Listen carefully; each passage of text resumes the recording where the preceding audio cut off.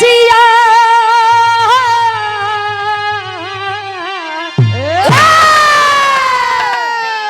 अरे पिया परदेसिया न भावे अंगनवा पिया परदेसिया न भावे अंगनवा पिया परदेसिया न भावे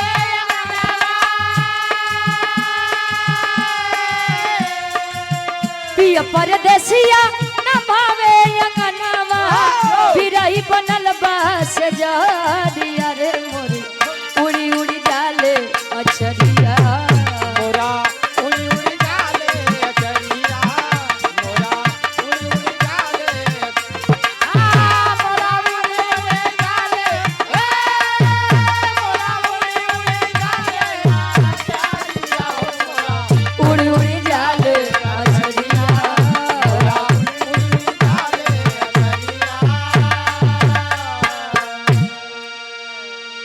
कहानी पर जरा विचार करिए आप लोग। भगवान कन्हैया श्री कृष्ण जी विश्राम करने के लिए वन में लेटे हुए हैं।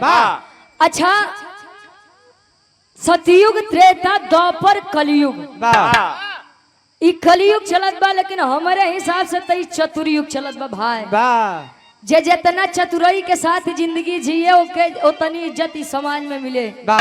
जे ढेर राजा सत्यवादी हरिश्चंद्र जी जैसा सत्य बोलिए आदमी ओके पगले समझी। हाँ, और ढेर झूठन के हम देखे गुरुजी इतना भर भर झूठ बोलो थे, लेकिन ये आदमी कहिए कि जान ला मनई एक नंबर के बा, बड़ा नगद आदमी बा।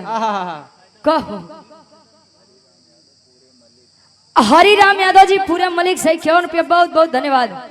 भगवान कन्हैया विश्राम करने के लिए जंगल में लेटे हुए हैं। एक पैर नीचे और एक पैर दूसरे पैर के ऊपर बा। भगवान कन्हैया के तलुआ इतना ज्यादा चमकत रहे गुरुजी। जरा नाम के बहलियों को ये लगा कि कोई हिरन विश्राम करने के लिए लेटा हुआ। तले जरा करत का कवि जी लिखत है। आवा आवा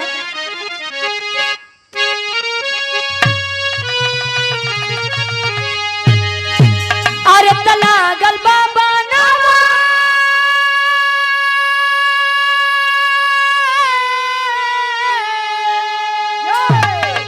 अरे लागल बाबा नामा बिकल भइल मना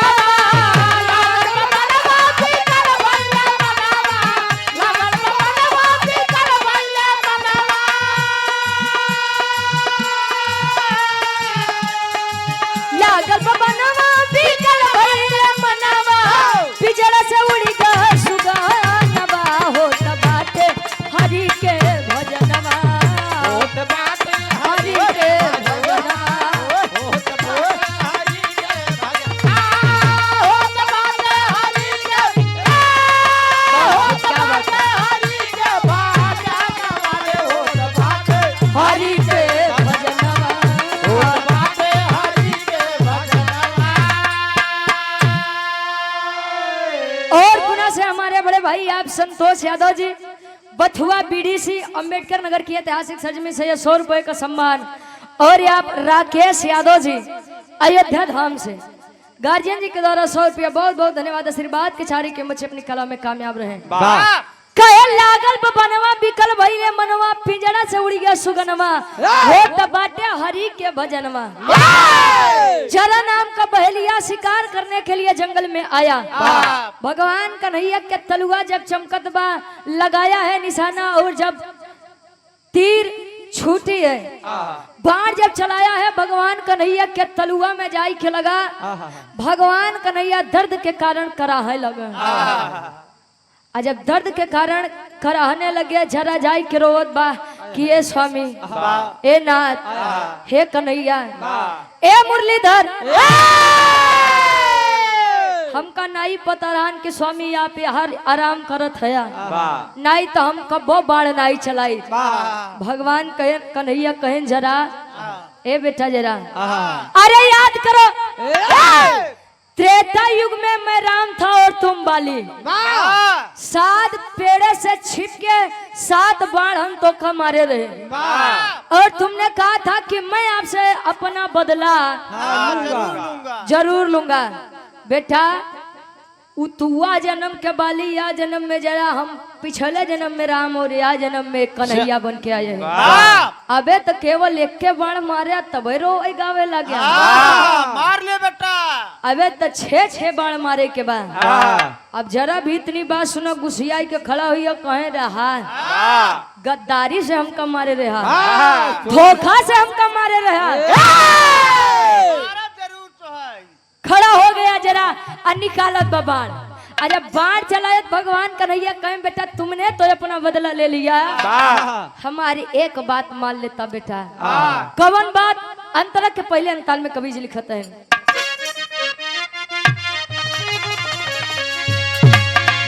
अरे जमुना के धार बहत अब हरि जी के तनवा, अरे पहुंचा उड़ी सजा के नगरी बिहना, पहुंचा उड़ी सजा के नगरी बिहनवा, पहुंचा उड़ी सजा के नगरी बिहनवा। राजा जहिन्य व्यास बाहर निकाले, राजा चाहे तलाक बाहर निकाले, राजा चाहे तलाक बाहर निकाले।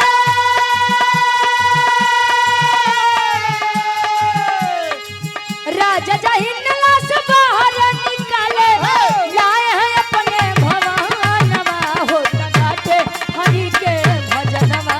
होत बाटे हरि के भजनवा, होत बाटे हरि के, होत बाटे हरि के, क्या बात है? होत बाटे हरि के भजनवा, होत बाटे हरि के भजनवा। होत बाटे हरि के भजनवा। कहे जमुना के धार बहत हरि जी के तनवा, अब पहुंचा उड़ीसा जाके नगरी बिहनवा। वाह। जरा से बोले कि बेटा जरा मेरे इस शरीर को आप यमुना जी में प्रवाहित कर दो। वाह। अच्छा भगवान कन्हैया के बतिया मान के एक संदूक मंगा करके यमुना जी में जब प्रवाहित करत बा भगवान कन्हैया के, उड़ीसा के राजा जहिन्या को अपना सपना दिखाए कि राजा जहिन्या हम आपके नगरी में आ रहे हैं, क्या आप हमारा स्वागत नहीं करेंगे? इतनी बतिया राजा जहिन्या जब सपना में देखे सुबेर भव जाए के यमुना जी के नदी के किनारे खड़ा है भगवान कन्हैया के स्वागत बदे। कन्हैया जी को लेकर आए अपने राजमहल में, और राजमहल में जब लेके आए झरक के द्वारा मारा गया 7 बाण। इतना विषैला रहे गुरुजी, इतना विषैला रहे कि भगवान कन्हैया के शरीर सड़प चालू हो गया। भगवान कन्हैया के जान नहीं गए, लेकिन भगवान कन्हैया के देह सड़प चालू हो गया, गलब चालू हो गया। और ये आप द्वारिका प्रसाद तिलोहटी के ऐतिहासिक सर्ज में से 100 रुपया बहुत बहुत धन्यवाद। गंगा प्रसाद यादव जी ममई से 100 रुपया बहुत बहुत धन्यवाद। ए भैया अब यार जब शरीर गलब चालू भा, खाली पड़ब चालू भा, सड़ब चालू भा, राजा जहिन्या कहे स्वामी ई बाड़ो नहीं निकलत बा, ऐसे न रही थे आपके कुल शरीर सड़ी जाई। भगवान कन्हैया कहे का कहे अंतरा के दूसरे अंताल में कभी लिखते हैं। अब ए बाबू हेलो भैया बैठ जा, आप लोग बाहर बैठ जा, असुविधा ना हो, बैठ जा भैया। ए बाबा मोछ वाले बाबा, हाँ मोछ वाले, बैठ जाओ, हाँ बैठ जाओ। कवि जी लिखते हैं कैसे, वो तो केवल तोरे भाषा से। हवा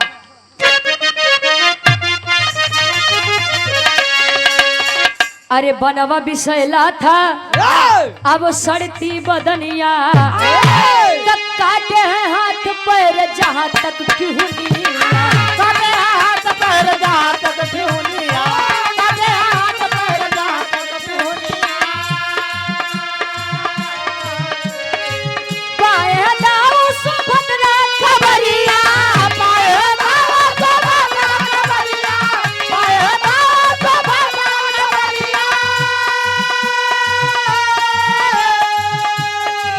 पाए दाऊ सुभद्रा खबरिया, आए हनिप के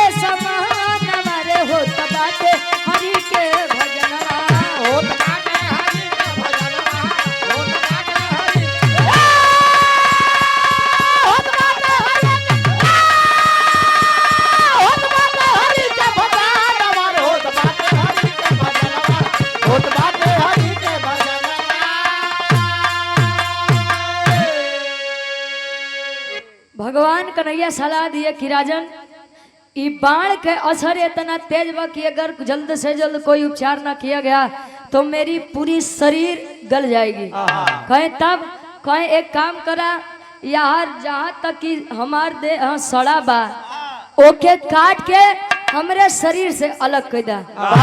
राजा जहिन्या कहन अरे स्वामी हम आपके ऊपर वार करी, कहन ये वार करना नहीं बेटा, ये मेरे कुशलता के लिए आप कदम उठाओगे। राजा जहिन्या भगवान कन्हैया के आधा हाथ गोड़ कटवा दें जहाँ तक कि घुटना रहे, यानी यहाँ तक भगवान कन्हैया के दोनों हाथ और घुटना तक दोनों पैर कटवा दे। जब इतनी बतिया ताऊ और सुभद्रा जी पाए, ताऊ बलराम जी आए हैं कहाँ? राजा जहिन्या के दरबार में। ए भैया पहले के समय में भय हरा होते थे, यानी भय को हरने वाले, और आज के समय में भय करा होते हैं, भय का पैदा करे वाले। बाहरे भगवान कन्हैया और बलदाऊ जी का प्रेम, सुभद्रा जी का प्रेम। बलदाऊ जी और सुभद्रा जी जब कन्हैया जी के इतनी हालत देखे तो नहू लोग अपन आधा हाथ और पैर कटवा दिए। बाबू हमारे गया जगन्नाथ जी के दर्शन करेगा हुई तो उड़ीसा में जब गया जगन्नाथ जी के दर्शन, जगन्नाथपुरी के दर्शन करेगा हुई है, तो अगर फोटो लेके आए हुई है तो कन्हैया जी बलराम जी और सुभद्रा जी के हाथ पैर आधा आधा नहीं बा। वहीं से जगन्नाथपुरी के स्थापना भा, जहाँ से लौटे के बाद हमारे बाबू गए जगन्नाथ जी के भंडारा दिए हैं। आखिरी में खानदान के परिचय बा, फिर त्रिभुवन चाचा के नंबर रही आखिरी भाव। अरे गुरुवर बिहारी गणेश गुणकारी, रामदेव चंद्रिका के गीत जग छाई।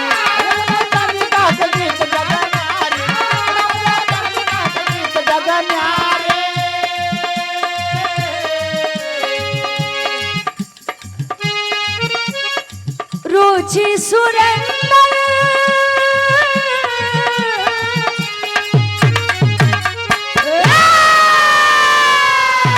अरे रुचि सुरेंद्र करे हरि के पूजनवा, अरे रुचि सुरेंद्र करे हरि के पूजनवा। अरे लाए अपने भवानवा हो तबाटे हरि के पूजनवा, हरि के पूजनवा।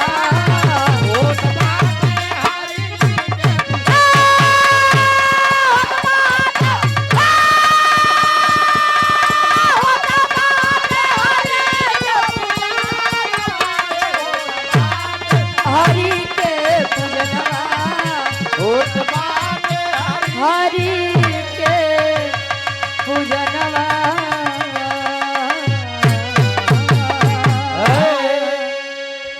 और आप ओम प्रकाश बल्दी राय खदरा से 100 रुपया, और परमेश्वर यादव जी लोहारन कपूरवा से आपके द्वारा 100 रुपया बहुत बहुत धन्यवाद। राजेश यादव भैया हमारे 100 रुपया राजा होता हूँ कैसे मनाइए, तो बाबू ये लाठी लेके तो संभारे उनके।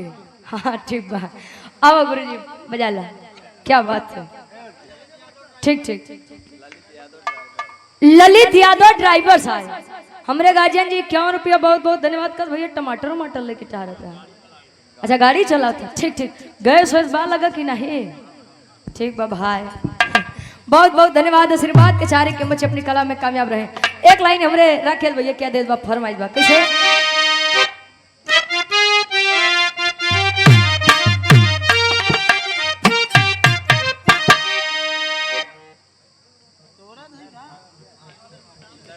इंदर भारतीय जी इसी ग्राम से भाई के द्वारा 100 रुपया बहुत बहुत धन्यवाद। आशीर्वाद के चाह रहे।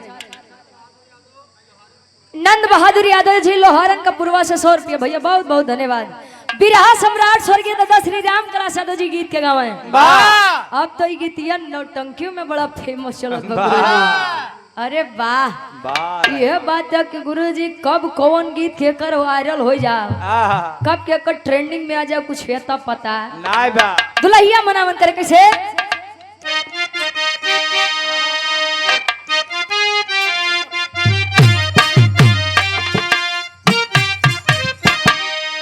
राजा हो तो कैसे मनाई, राजा हो तो कैसे मनाई, राजा हो तो कैसे मुआई। मुआवा नहीं भैया, पहले मनावत तब मुआया। सब मारे अरे रतिया में हमरे न लागयूं घाई, दुल्हा हो का हो। अरे वाह मंजीत भैया, क्या तारी दिक्कत बा भाई। अरे रतिया में हमरे न लागयूं घाई, दुल्हा हो तो कैसे मनाई, दुल्हा हो तो कैसे मनाई, दुल्हा हो तो कैसे मनाई। अरे रतिया में हमरे ना लागयूं आई, रतिया में हमरे ना लागयूं आई, दुल्हा हो तो कैसे मनाई, दुल्हा हो तो दारू पिया। राकेश यादव भाई हमारे, आप गार्जियन जी के तरफ 100 रुपया बहुत बहुत धन्यवाद। अच्छा, दुनिया के मेहरारू सोचा था कि हमारा दुल्हा नशा पताई से दूर रहा है, वाह तार वाली पूछो था का यार। वाह, हम तो पीते ही नहीं है यार। मास्टराइन पैसा दे के भेजा थे। अच्छा पैसे दे के भेजे थे। अच्छा, पहले के दुल्ही भैया कम पढ़ी लिखी रहा है राकेश भैया, लेकिन बड़ा संस्कार रहा है।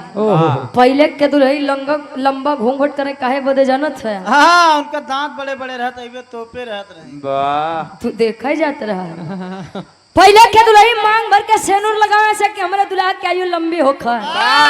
आज के दुल्ही तनी से उठाई के टिक ली, यहाँ काहे बदे जानत है? ये जल्दी मारा दूसरे जाई। तहार वाली कितना लगावत? वाह इनके जेसीबी से लगवा। वाह से नूर खत्म हो गया, कंपनी बंद। अरे जायदा भाई नहीं तो कुल बेचारी कहाँ जाए। दुल्हिया एक बात कही, आत्मा रूपी दुल्हन और परमात्मा रूपी दुल्हा के वर्णन बा। हिया कितना दाढ़ी मोछा रखो बा डब्लू गुरुजी, हुआ खातिर सबको दुल्हन ने यहाँ दुल्ही ना दुल्हन सबका पिया एक। कवन वाली पिया? वाह 120 वाली मंजीत कहते हैं।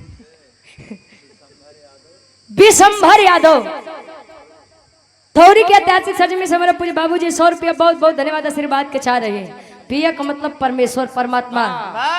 और मनावन करके से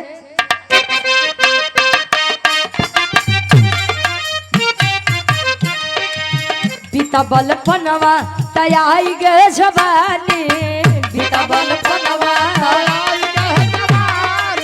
पिता बल पनवा तयाई गे जवानी। अरे रही रही के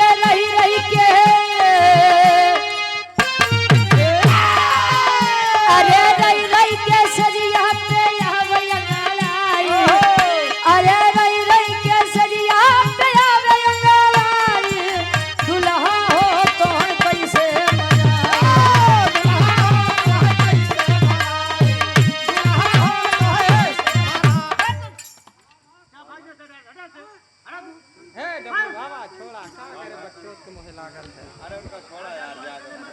ना उ लाठी से डबल को देख नहीं मजाक करते का। राकेश भैया कहाँ गया? जहाँ एक आध वीर ऐसे आई जहाँ ठीक बा। जौनो बच्ची वो टूट जाए।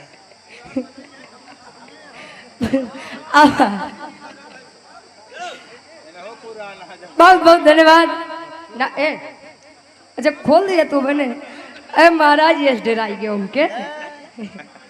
और आप सम्मानित गार्जियन जी श्री राम किशोर ओझा लोहरन का पूर्वज से 100 रुपया बहुत बहुत धन्यवाद आशीर्वाद के चारे के मुझे अपनी कला में कामयाब रहे। अब यार दोबारा दिखाया जी ना वो टूट जाए तो। और आप सम्मानित गार्जियन जी श्री केवल हरि यादव जी देवपाल का पूर्वा से 51 रुपया बहुत बहुत धन्यवाद आशीर्वाद के चारे के मुझे अपनी कला में कामयाब रहे। ए भाई बहुत बहुत धन्यवाद उनके सोनमती बाबू को रोका नहीं तो नहीं लगे पहुंच जाइए। बहुत बहुत धन्यवाद। अभी आप लोग त्रिभुवन चाचा से आनंद ले जाओ, उसके बाद फिर मिलते हैं छोटे से